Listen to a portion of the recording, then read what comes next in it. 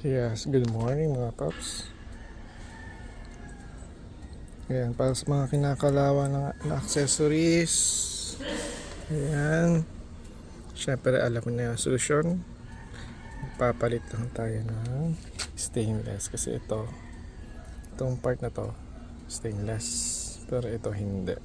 And itong washer. So magpapalit tayo. Bumili ako sa bolts and nuts. Ayan, ito stainless na to. Ayan, so yun na ikakabit natin. Ayan, so madali lang naman siya para sa mga kim collect niya. Tanggalin nyo lang to. Ayan, syempre niluwagan ko na yan. Ayan, tapos konting linis lang.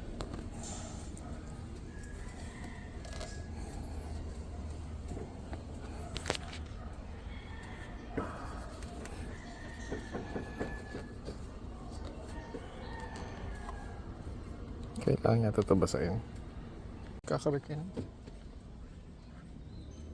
Huwag yung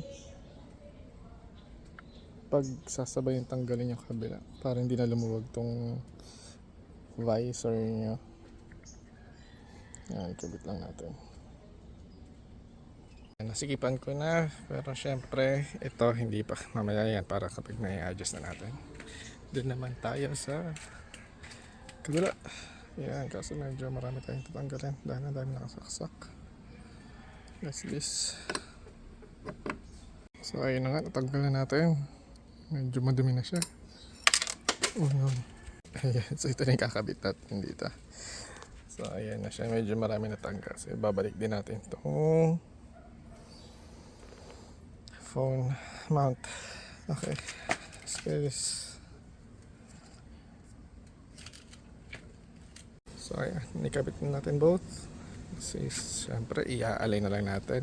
And ganun lang kadali. Kapag may problema kayo sa mga stain, kinakalawan na bolts and nuts, bili lang kayo ng stainless. Tulad nito sa plaka usually na rin to, kinakalawang yung pinabibiling may design ganyan. So ang gagawin nilang bili lang kayo ng stainless na Allen bolt para kung gusto nyo pa rin may design, pwede nyo pa rin ilagay yun. Okay, yeah. So yan, napalitan ko na yan dati. Ciao.